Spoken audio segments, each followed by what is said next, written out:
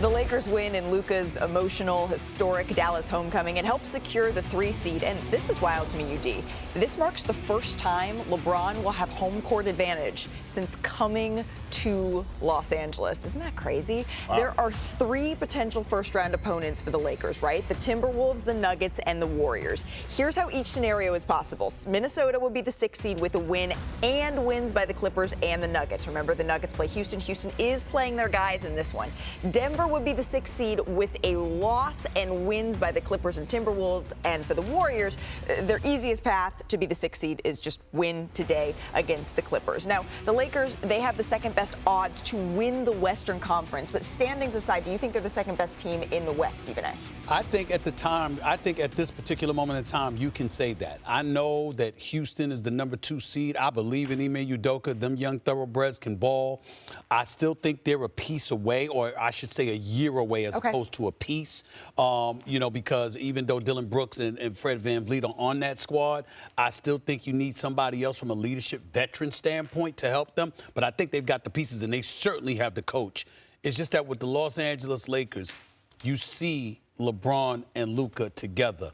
And the elevated play of Austin Reeves can no longer be ignored. And, oh, by the way, I want to say something that I don't consider it bold at all.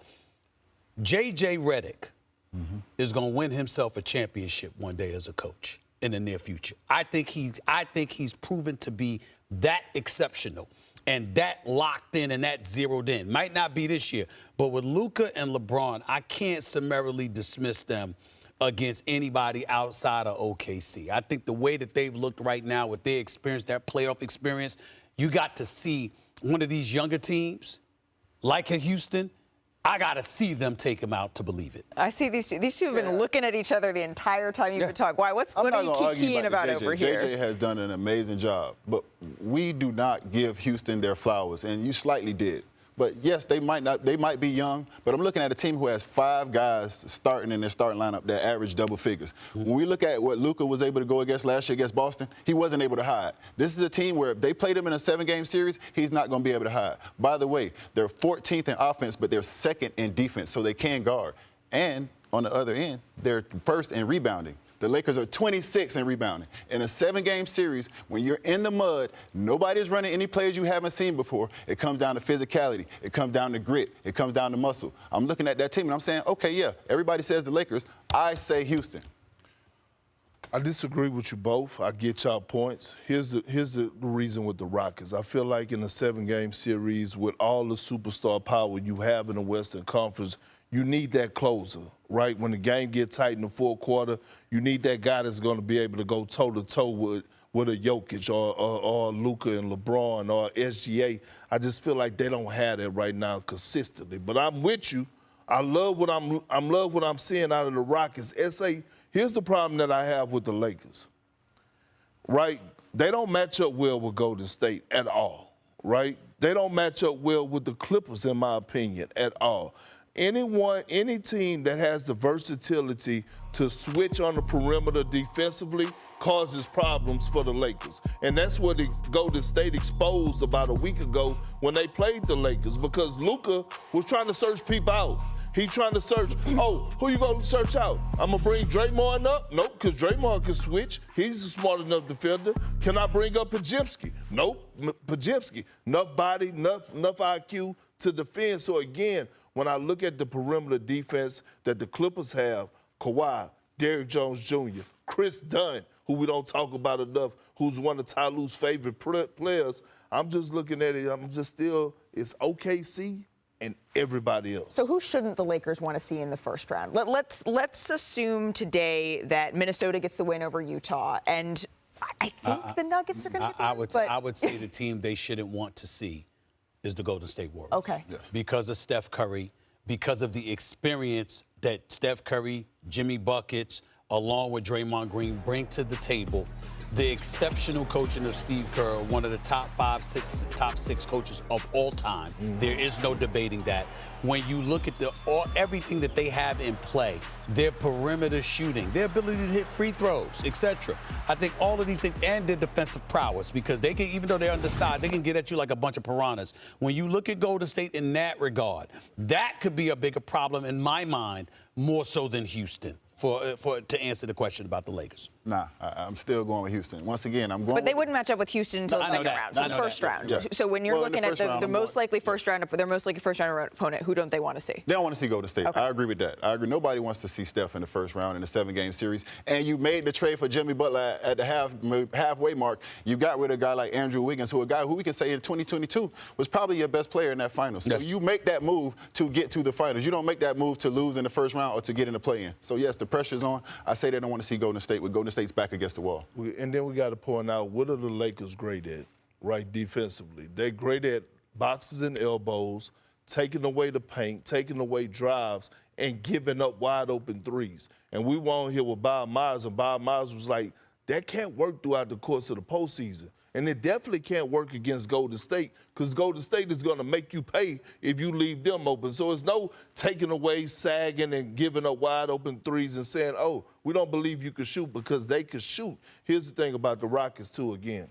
The Rockets are 25th in the league for as made threes. Yeah. You got to be able to make shots, UD.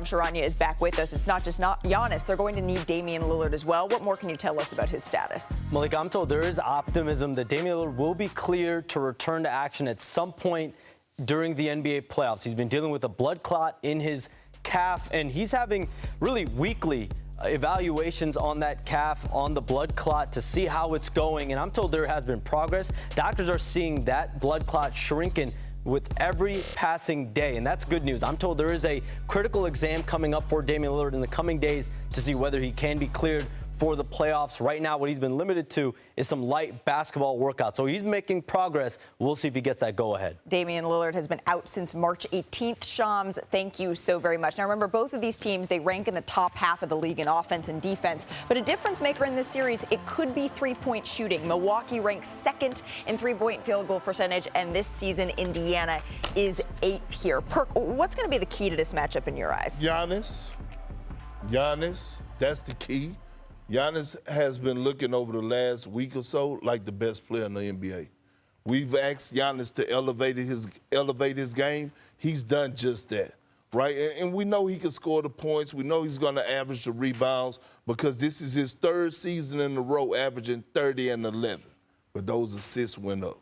I looked, all of a sudden, Giannis had 20 assists in the game, 15 assists in the game. I'm loving him right now at that point forward position. And you talk about picking up the slack. Look at him. Big to big pick and roll right there with Brook Lopez. Look at Giannis Antetokounmpo making the plays right here.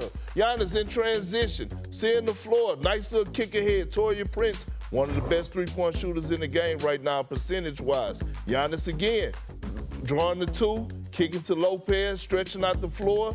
I'm loving what I'm seeing from Giannis. And again, you match up Giannis against the Pacers, they have no one that's going to stop him. He's going to be the best player in that series. What if I told you, Stephen A., that the Milwaukee Bucks have only won one playoff series since they won a title in 2021? Well, probably, a lot of it, first of all, we have to look at certain things in all fairness.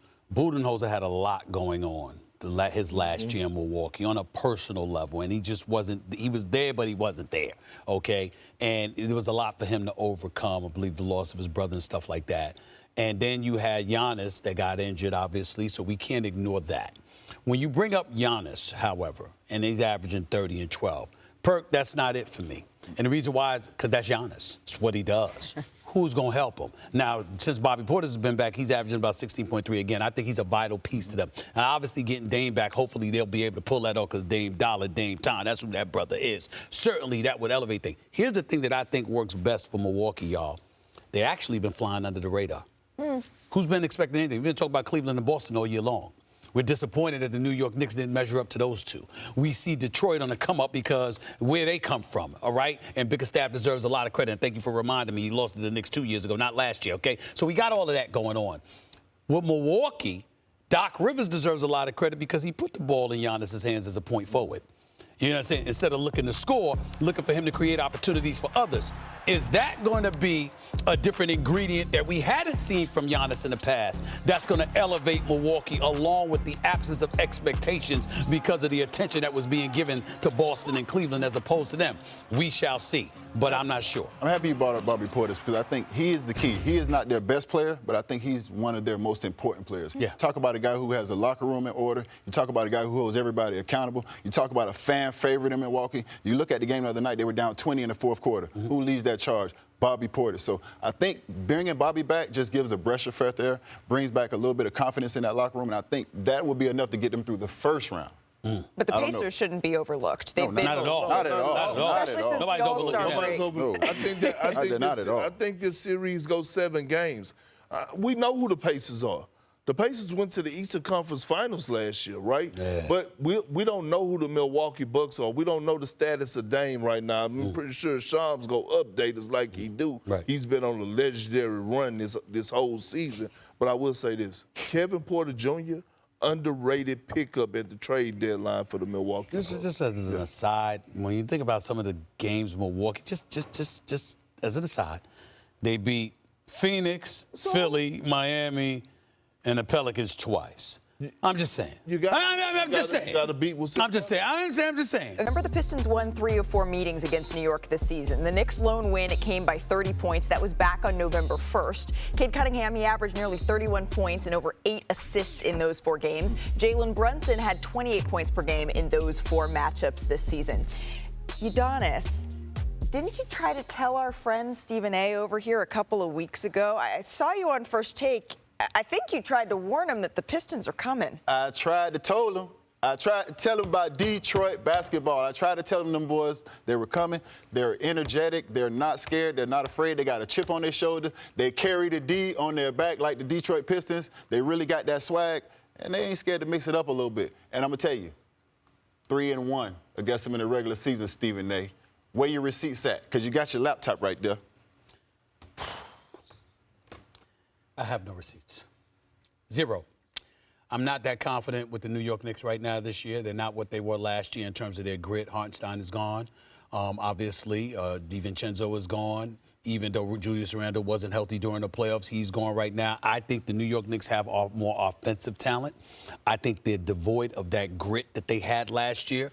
I'm still going to pick them to win this series, of course, but it's more emotional than anything else because when I look at the Detroit Pistons right now, they scared the living hell out of me. Cade Cunningham, that brother is special. That's a baller right there. And then when you see, first of all, Bernie Bickerstaff, I'm saying BJ Bickerstaff, sorry, he's one of my JB Bickerstaff. He's one of my leading candidates for Coach of the Year. I'm probably going to give it to him. I got other people email. I think the job he's doing in Houston has been spectacular.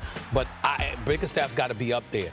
But I just like the makeup of this Detroit Pistons team. And what I don't like most about this matchup for the Knicks is that Detroit seems to have what the Knicks had last year.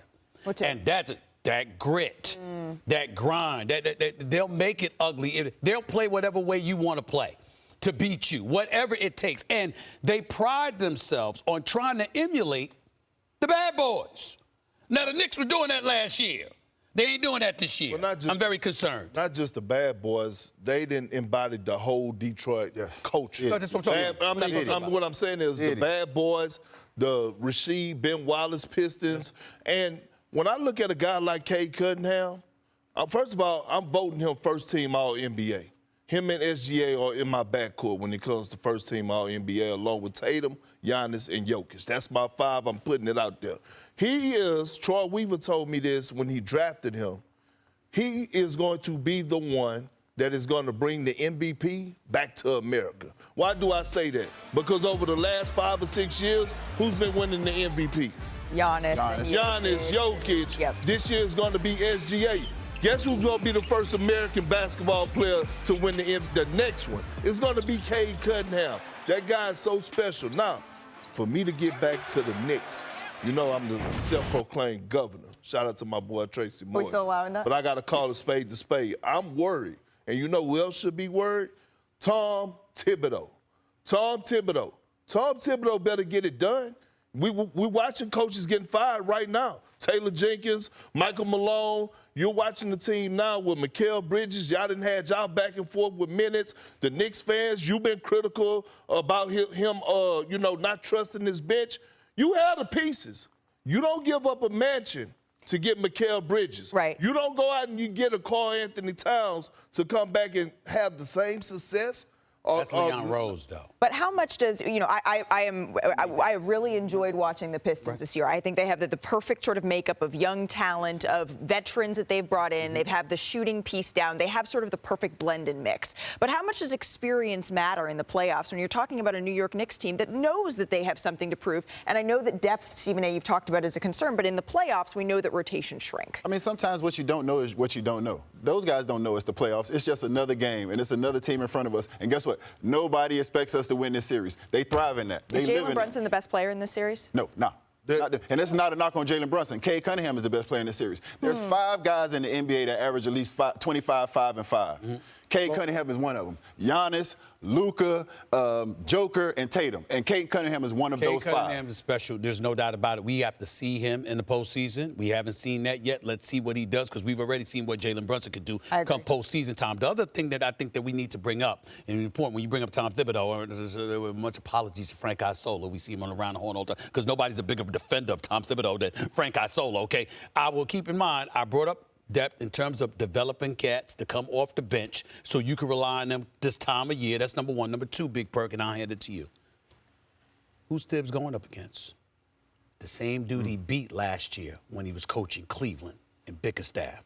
So Bickerstaff is familiar with some of Tibbs' tendencies, but one could easily argue that the makeup of this team that he has in Detroit is a better match for the New York Knicks this time around, because the New York Knicks ain't the same squad.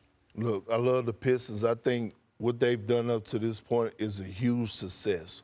They're not beating the New York Knicks in the first round. I can't agree with you that Cade Cunningham is going to be the best player in this playoff series. You know this better than anybody. 3-time NBA champion. How many times you went to the NBA Finals? How many postseason? Look, combined, we probably have how many playoff games, moments? Man, that scout report get that thick. Right? And when you look at the experience, Jalen Duren, has he been to the postseason? No. Isaiah Stewart, has he been to the postseason? No. So we could be watching, or we're going to be watching the same thing that we saw in Oklahoma City last year. You got to go through the growing pains and do not ever disrespect big body Brunson again. Y'all always wonder how the Miami Heat go from the A seed and get to the finals, because you got dogs. I'm looking at a team full of dogs in Detroit. 8 Mile, 9 Mile, all that on them boys riding with all that. I would say this. I'm betting on the dogs. I would say this to you. I'm gonna go with my Knicks, but I'm gonna say this to you. All bets are off if Cade Cunningham shows up in the postseason the way he is showing up in the regular season. If that brother shows up, but I understand they don't have the experience, but if you got a cat that you can get a ball to and you can say, take me there, them dogs surrounding them can't help get it done. When you say show up, that means he goes from averaging 26 to averaging 30. I'm on